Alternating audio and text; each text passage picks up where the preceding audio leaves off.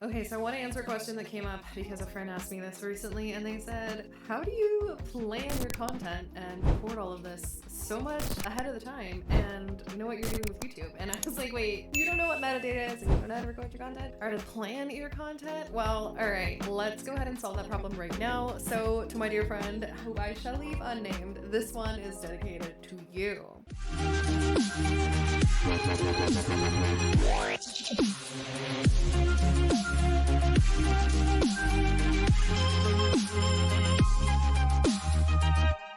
So the first thing that we're going to look at here is my actual back end for how I manage all of my content. Now, if you know anything about me, if you've been in my world for any amount of time, then you will know that I am a total snob when it comes to things like systems and data tracking and having information that I can easily access and use. So my preferred platform when it comes to project management, content management, anything management-wise is to use ClickUp. So ClickUp is my go-to, and I'm happy to provide a link to this template down below for y'all because, but what we're gonna do here is we're going to go ahead and pull up this screen. All right, so this is my actual ClickUp board here. Now I use ClickUp for both clients and also for myself, and I treat myself and my business as a client of my company. And inside of it, you're gonna see a few different things. Now you can look at ClickUp in many different directions, but for simplicity's sake, we're going to keep it simple. I organize my content in a few different categories or stages. I start with things like video ideas, things that I think I might want to record content on that I create a task or a actual project for. Now, what's important to note about this is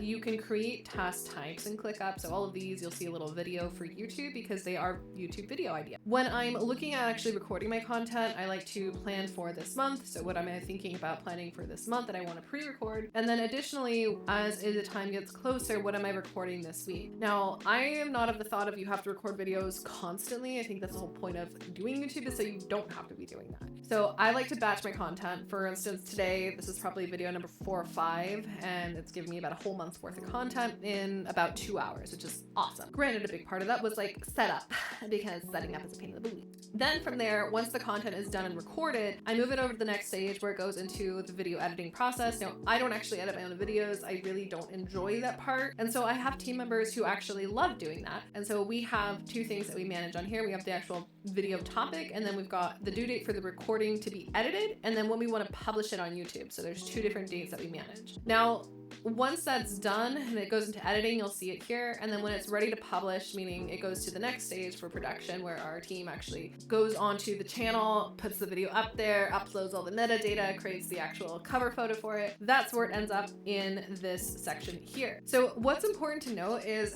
when I actually do my research for YouTube, I'm not just kind of like coming up with random ideas. And we'll go ahead and we'll use this example. For instance, this one was, what is an SEO audit? So this was actually a piece of content that came from one of the blog articles that we had written. And what I'm looking for when I'm doing this is I'm pulling all of the data from the research that I'm doing on the front end. Now, I have another video that talks about how to do keyword research using Ahrefs. You can check that out here. I also have another video that talks about using TubeBuddy for keyword research and figuring out your content ideas. So again, check that one out here. Both of those go a lot more in depth, but I'll briefly cover in this video how I look at that information and or what metrics I'm actually tracking. So let me move me and we can look at this. So first things first, Ahref keyword difficulty. If you're not into blogging, this probably doesn't make any sense, but Ahrefs or Hrefs, however you want to pronounce it, is a tool used for blog research or keyword research for blogging. And so that's what this data is pertaining to, the Ahrefs score and the Ahrefs target keyword. Now, interestingly enough, what I found over my time doing research for YouTube and for blogging is that the keywords that rank on Ahrefs aren't actually always the same as the keywords that I'll be using to target on YouTube. So with this example, you'll see it's a much longer keyword here as far as what we're creating for it, because this is what I need to create a good score on TubeBuddy. So TubeBuddy are the 2 metrics that I'm looking at as far as the TubeBuddy score and the TubeBuddy target keyword, which would be similar to the Ahrefs keyword difficulty and the Ahrefs target keyword. These 2 are specifically focusing on the actual like blog content, and then the TubeBuddy pieces down here are focusing on the actual YouTube content that I'm creating. So with a YouTube content, typically what I'm aiming for is at least at the bare minimum, it needs to be a good, good, meaning there's a decent chance, but ideally I want to see either very good or excellent in that score. And then the target keyword is a big part of it I use whenever I'm creating any of the video ideas or topics, and then how we produce the metadata on the back end for the content that we're. Additionally, I like to look at data as far as like YouTube search volume, when I want to publish it. And then from here, we'll also go ahead and include if the metadata has been completed. So once it's completed, I'll track that to complete. It's on track. And then we have a few other fields on here, which are more so for me as far as like my reference point. So that is like, what kind of content is it? Is it a depth video? Is it evergreen? Is it viral? Now, 90% of my videos are either going to be depth or evergreen. Very rarely do I actually use viral content, just because I personally don't care for a viral strategy. I'd rather grow slow and have a long-term approach to my marketing than somebody who wants to kind of like leverage viral content. So with that in mind, the next thing that I want to look at here are the content types. Now, the content type that you might have would be a little bit different. These are referencing another YouTube teacher who kind of talks about these different pieces, Sunny Leonard Easy. So problem solve, historically popular, recent gateways, breakthroughs. I'm not going to go into what all of these are. Predominantly what I use is just problem solving. I do a lot of problem solving content, addressing questions. Very rarely will I use anything like recreating old content that I have or trying to follow a trend. It's predominantly going to be problem solving, and then typically historical content that's popular, but also problem solving. And that's just because, again, my channel is not so much about, it's not a lifestyle blogging kind of channel. It's more of an educational channel. And then over here, we've got our deadlines. So we just track for us, are we on track, are we behind schedule, are we past due, just so we can know what's happening, and then if the content has been recorded or not. So when the content gets recorded, I add it in here for our team, and then as we go through that process, we're able to communicate with our team to make sure that we know what's happening, we know what's going on, and we're able to stay on track of it and see when the video editing process is complete. So that's a full walkthrough of our back end as far as ClickUp goes. You may not use any software whatsoever, but for me, I'm a very visual person, somebody who is also neurodivergent, somebody who has a really hard time remembering things if it's not written down and right in front of my face 24/7. I need to have a visual platform that's easy to navigate, easy to use, and that's why my personal preference is ClickUp, and it's what we use for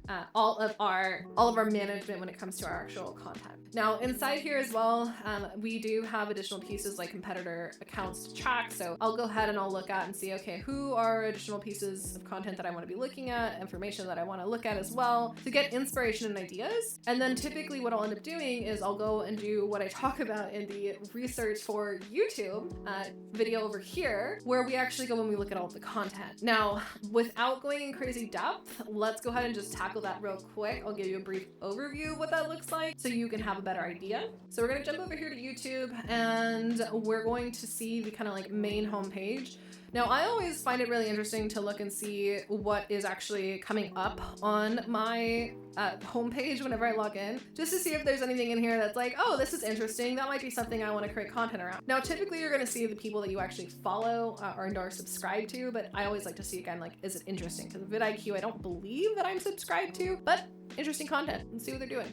Okay, so research-wise, the biggest things that I'll start with is going in and researching any kind of competitors that I feel like create similar content, who I want to see what they're up to, what they're doing. So I'll go and I'll look at competitors that I want to track and see what they're doing and see what kind of content that I feel like I want to create that might also be great content to look at. So one person that I can think of off the top of my head might be like Adam Enfroy. Now Adam's obviously in a similar space but different. He focuses a lot more on AI, so that's something that is interesting. It's not so much a huge topic on this channel. Hey everybody, welcome back to another video here today, and so what we're going to look at here are looking at his historically popular videos to see what is he actually ranking for and what content is getting found. And so as we're looking through this, we can kind of see, okay, is there anything in here of interest that I feel is relevant, content that I would want to create or recreate, or topics that I can talk about? If there is, then I'll typically go ahead and look at it and see, okay, great, let me see, this is something, keyword research tutorial. We've created content on this before. Now, this is a very long video in my opinion, but it's got a ton of views and he has a lot of traction, over 180,000 206,000 views.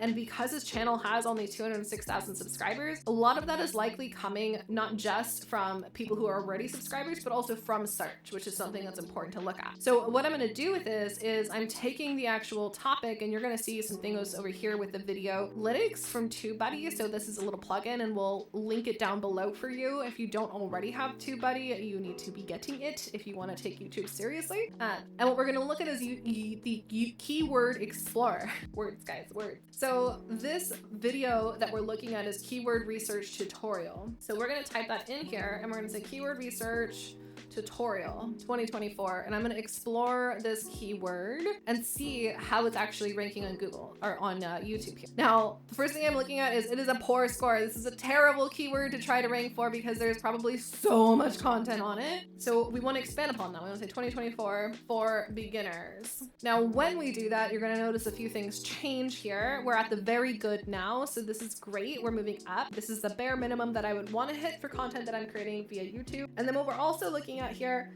is just the overall score volume or search volume. Right now it looks like there's about 4.23 million videos in the search, and there's about 35,000 views as far as like the top ranked videos that are in here. Now, TubeBuddy doesn't always give us the best overview as far as like regular number of views, etc. As for search volume, so it's not as helpful, but it is nice to kind of see the results on here and look at what other content is ranking for this so that you can get an idea. And obviously there's Adam's video here, which is doing great.